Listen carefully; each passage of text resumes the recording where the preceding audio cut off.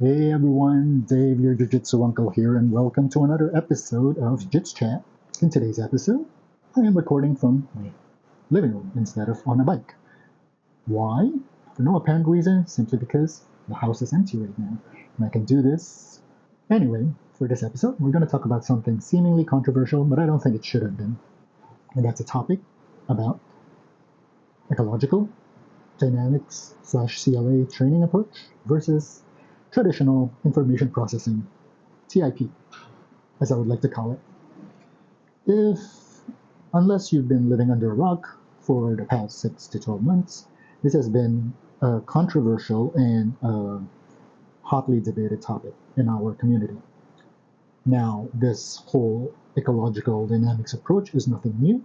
From education and research standpoint, it's been around for quite some time, and even for sports, it has been implemented, researched, and utilized for a lot of sports that have a lot more standardization, such as those who enter the Olympics, where they get very, very scientific, as well as professional sports, where money is not an object when it comes to doing experimentations.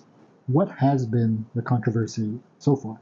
Just as a summary, there are essentially two camps that are arguing about this over and over again. One is the majority, which is the traditional information processing folks. People like most of us who probably learned jiu-jitsu prior to last year would probably be using the TIP approach, wherein we have an instructor or a coach who will show us a technique, all the details about the technique, where to move, where to grip, etc. And our job is to replicate it to the best of our ability. We drill it and we do repetitions to get familiar with the process until it is embedded into our muscle memory. So we can use it during our live rolls with active resistance. Usually this training method involves, with jiu-jitsu obviously, with two people, with one being a relatively cooperative partner and the other one executing the technique. It could get a little bit more active, it can get a little bit more dynamic when we add resistance to it, right? We can still start with the same objective, with the same move, but the other person that it's getting receiving the technique will provide more and more active resistance. The CLA technique, the ED, Ecological Dynamics process, involves more dynamic, live type of scenarios, wherein the goal of either one or two people are usually defined by tasks. There are very specific goals that they need to hit, and then they're also presented with very specific constraints or limitations of what they can or cannot do for that specific exercise. And the core difference is they essentially do not do any drilling and they do not show any techniques as in a step-by-step type of process. It is an active level of exploration for the practitioner to explore how it works for them, how they would learn a specific sequence of events that lead to a certain goals. Everybody will essentially have a different approach of doing it depending on their athleticism, size, and all those other factors. So, is there anything wrong with both of them? The argument so far has always been yes, the other side is a moron for doing whatever it is they're doing. The traditional folks are saying their argument is we've been doing this for centuries, including other martial arts, and we have produced champions and legends of the sport, and that's how we all learned these techniques and discovered these techniques in the first place and evolved these techniques to where it is now. What's wrong with that? And at the same time, they are claiming that we have produced all these champions and things and great practitioners. It shows, even anecdotally, that it works.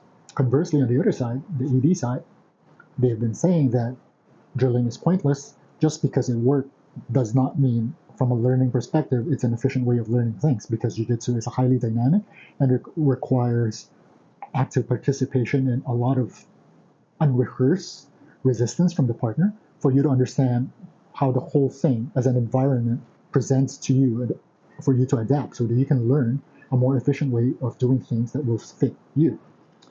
And their counter argument to the whole we got a lot of legends and successful people is, well, the worst practitioners throughout history also used the same technique. So doesn't that nullify your argument?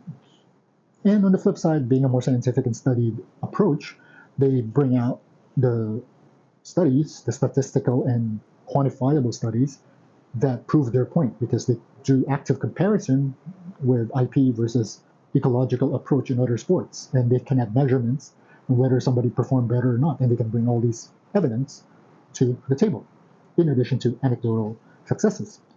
However, the challenge obviously is with anything that involves data is that sample size matters. And if you have a small sample size like the whole study has, and even smaller for jiu-jitsu, it's a bit presumptuous to assume that it is a foregone conclusion. It is at best still a hypothesis, a study, an experimentation. It's hardly even a theory.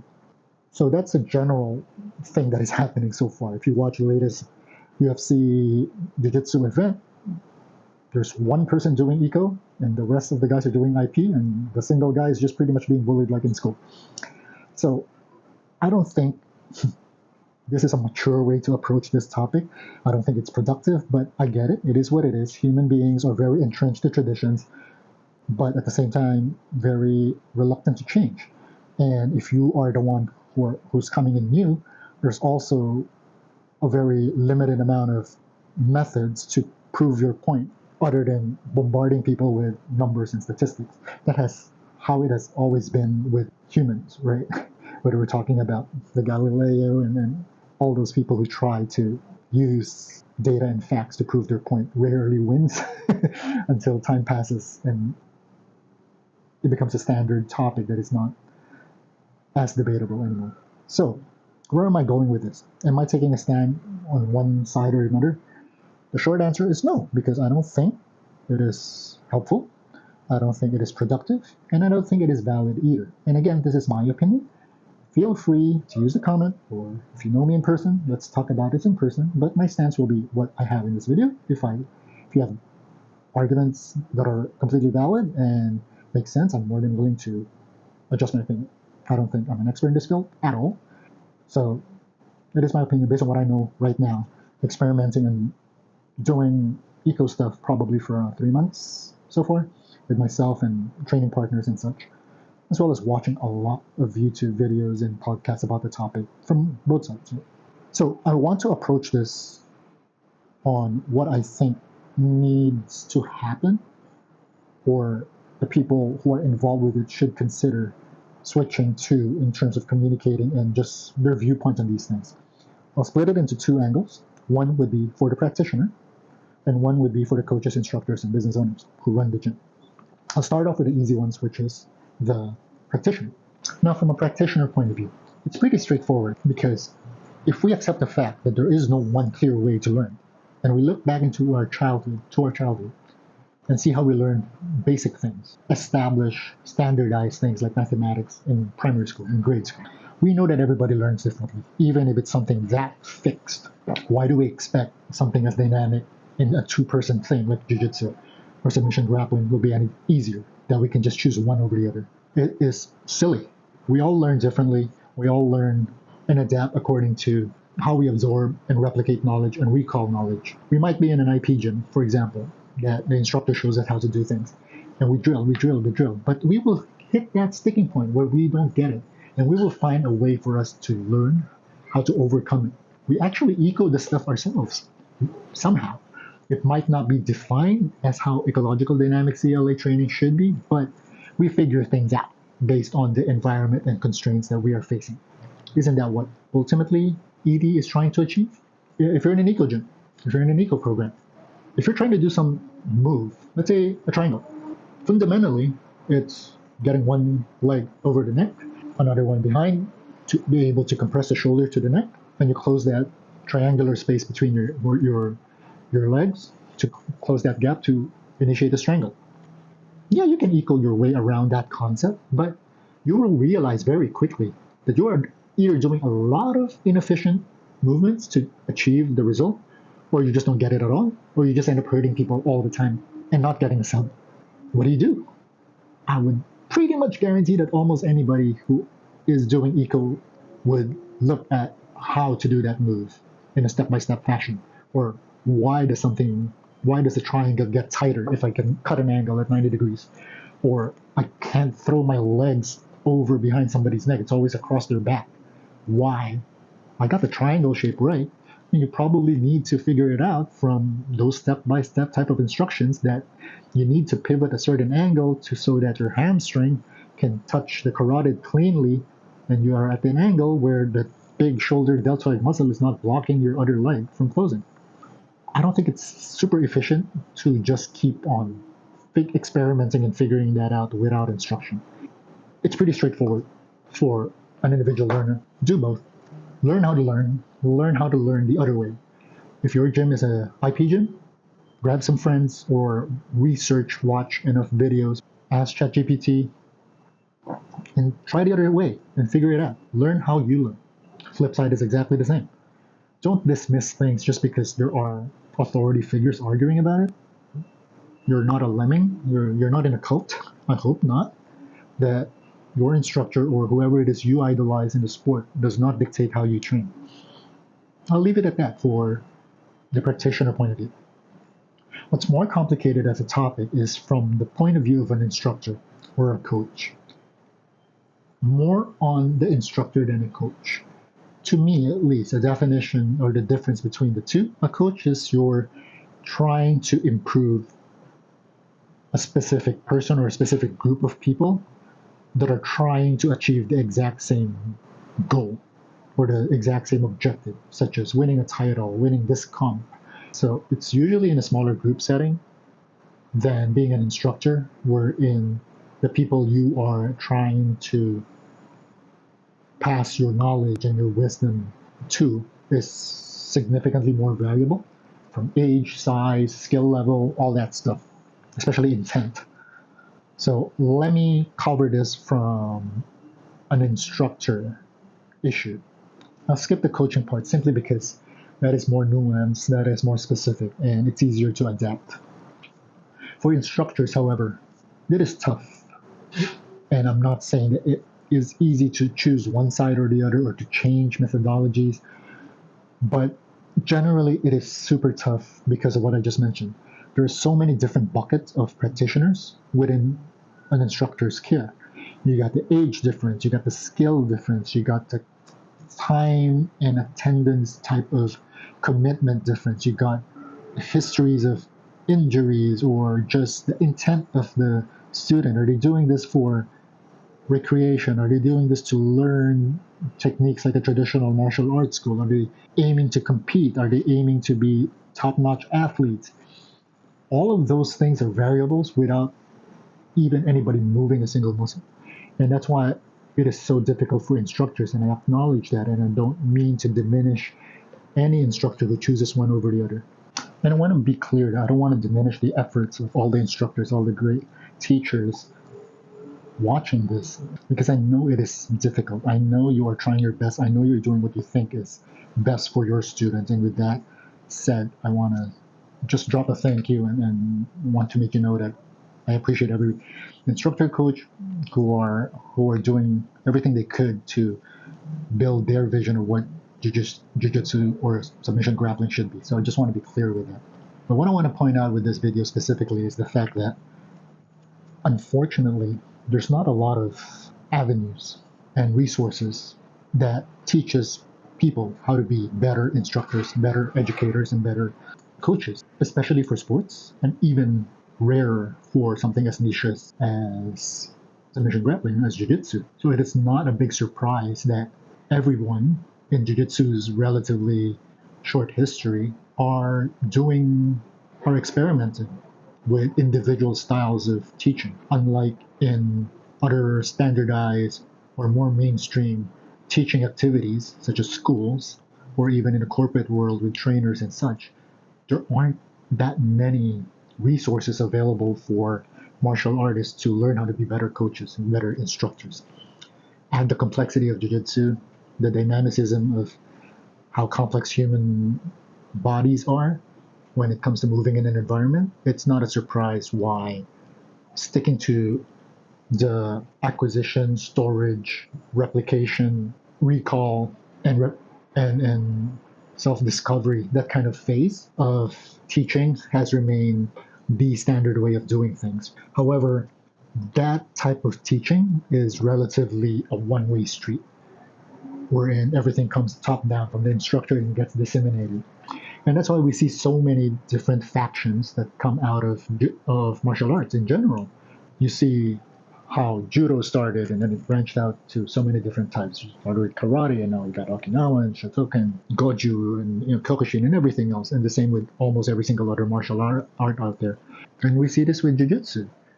Started off with Japanese jiu-jitsu, then you got Brazilian jiu-jitsu, then from Brazilian jiu-jitsu you got Gracie jiu-jitsu, and then all the other camps start to have their own version of it. And then when it moved to the West, now you got 10th Planet, and you got American jiu-jitsu style, and all that stuff. And then wrestling stuff got mixed in, catch wrestling stuff got mixed in. Now all the leg lock games are coming in.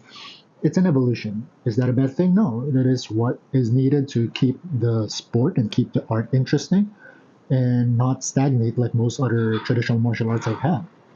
It's good that it doesn't follow some sort of a dogma, but however, how we learn it is still extremely traditional, wherein we rely on the knowledge of one instructor and we're trying to fit square pegs into a round hole. And hopefully, the size is ideal because it might be a round hole, but the circle that you're trying to stick in is way too large for that, and that still doesn't work from an analogy point of view. So it's difficult, and CLA is eco the answer to that because eco is significantly higher effort and higher complexity to do as an instructor, because what it really means is that you have to be extremely adaptable to the environment that is presented to you by your practitioners at a certain given time, space, and group of people training. So if you are running a beginner's class, for example, and your ratio of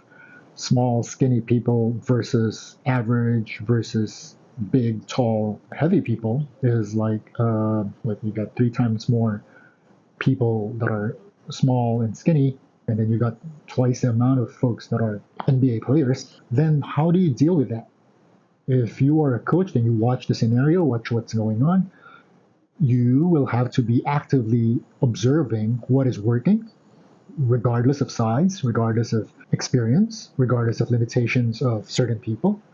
And that has to be a continuous thing that you have to observe, take note, and improve upon to build your library of what ifs. It's no longer, I have a playbook of moves and a program that I think everybody has to follow over a certain number of months or years. You cannot do that. It's practically a new lesson that you have to learn as an instructor every single session.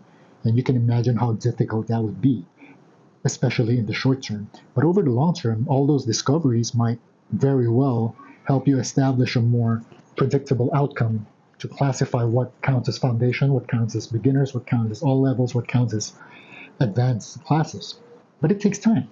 I don't think we'll get there in a year or two. It'll probably take 5 years, a decade, before something like that gets developed. And that would require a lot of instructors that are following the IP system to experiment and to learn eco, to understand eco.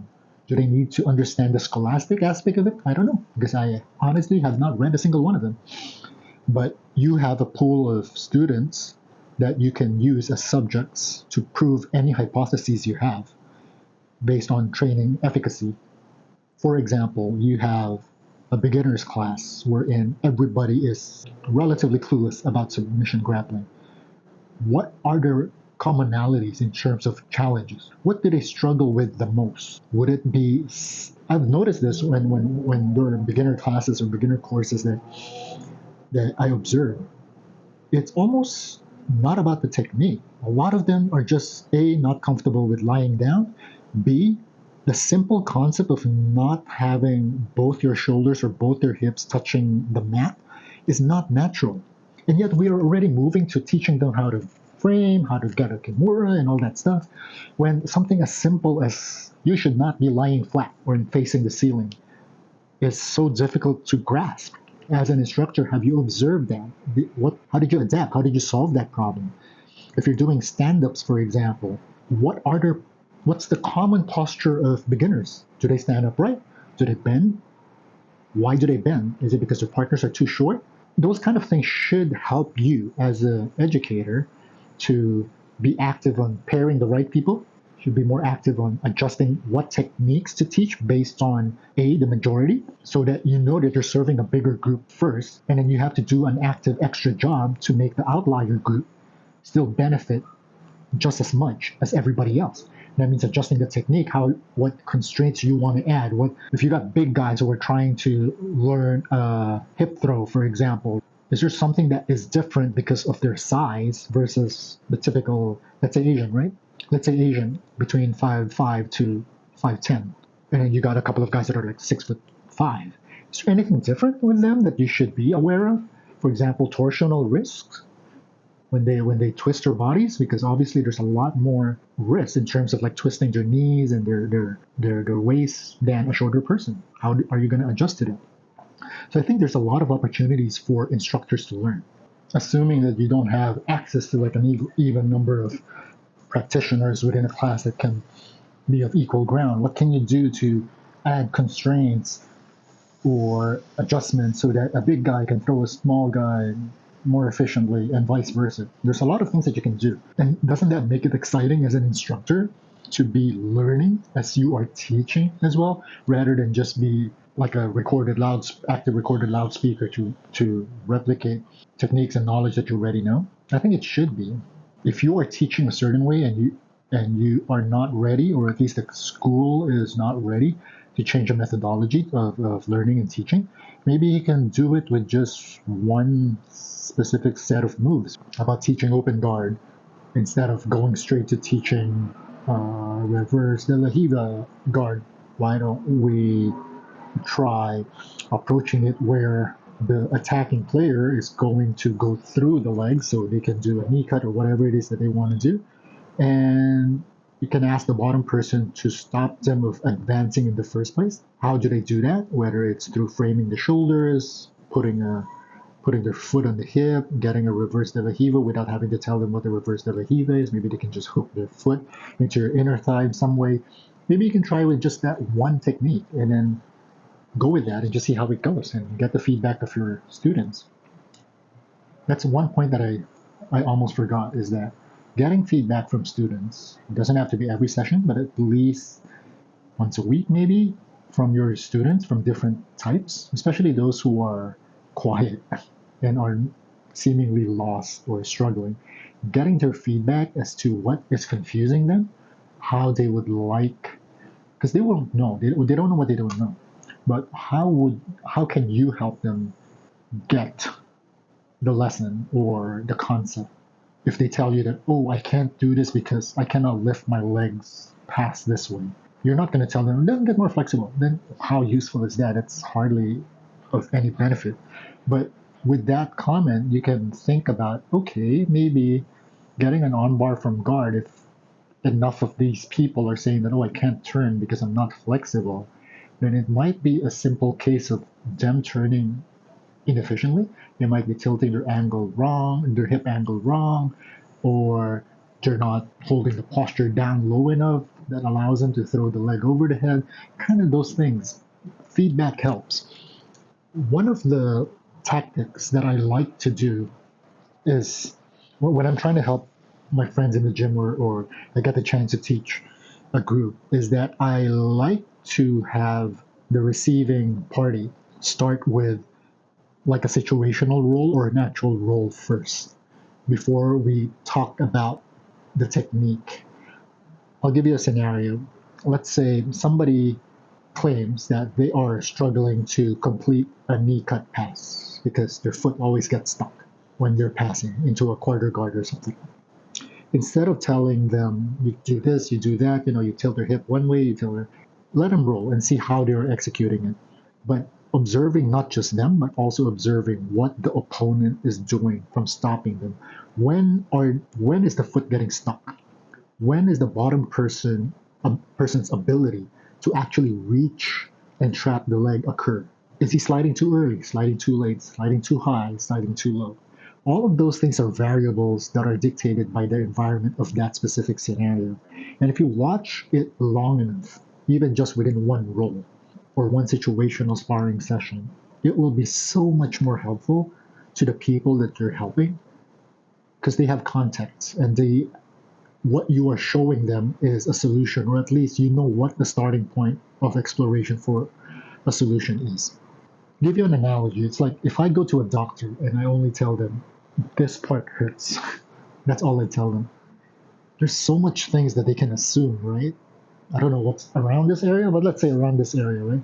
They could be the heart, it could be the lungs, it could be muscular, it could be skeletal, it could be neurological, whatever that might be. There's so many different possibilities. But if you allow the person to at least preliminary self-diagnose what they are doing and what they are doing wrong, that makes a conversation a lot more helpful. They can be more specific. Instead of saying, I can't pass when I'm trying knee cut, they will develop the skill to tell you that I can't pass because whenever I try to knee slide, my foot gets stuck and I get bumped over. From that, at least you have context. You can take a look at, are they cutting the right direction? Are they getting an underhook and all that kind of stuff?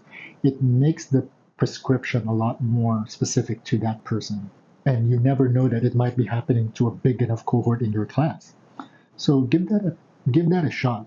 Another way that I honestly believe that would be a better format for IP schools to do, and this is very specific to those who don't think they have the time or opportunity to go full eco, and this also applies the other way for the full eco gyms to IP, is that provide context first.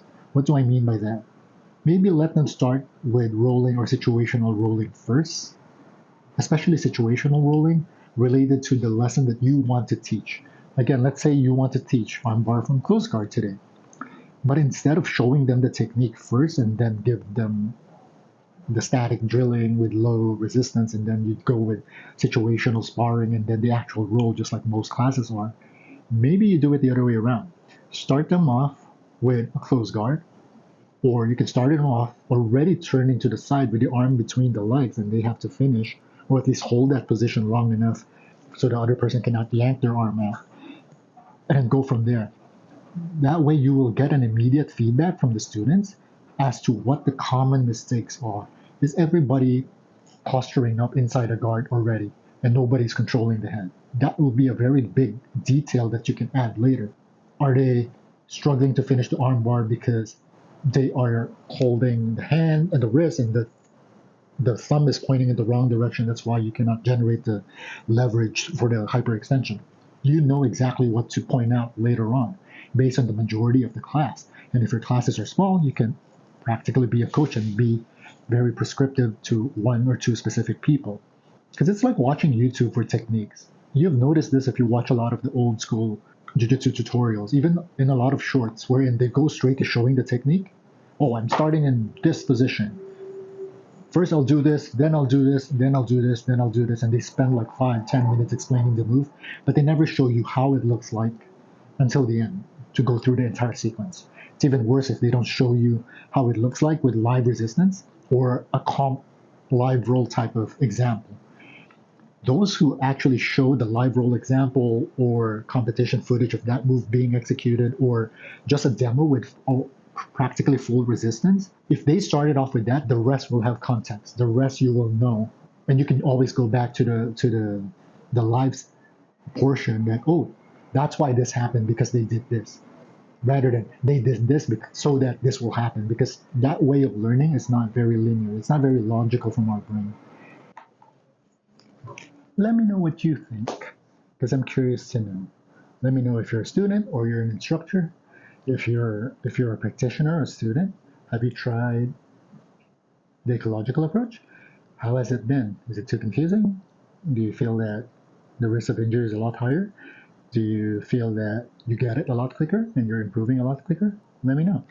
For instructors and coaches, what has your experience been if you have started the transition or incorporating the ecological approach? How do you think it complements or clashes with your traditional approach? Do you think that my idea of starting with contextual rounds and roles first before showing the technique is logical? Do you feel that there are certain moves that are just better with eco or better with IP? let me know because I'm really curious about what you think because we're all here to learn. At least for me, I'm always curious about what other people find effective so I can maybe take some benefits out of it. So that's all I have for this episode. I don't want to keep this way too long because I think we have gone past the 20-minute mark already. So I hope you enjoyed this episode. Please do interact with the comment section. If you know me in person, let's chat about this. And we'll close this with the usual social media spiel: like, comment, and subscribe. Thank you so much, and Jiu Jitsu Uncle out. Good night.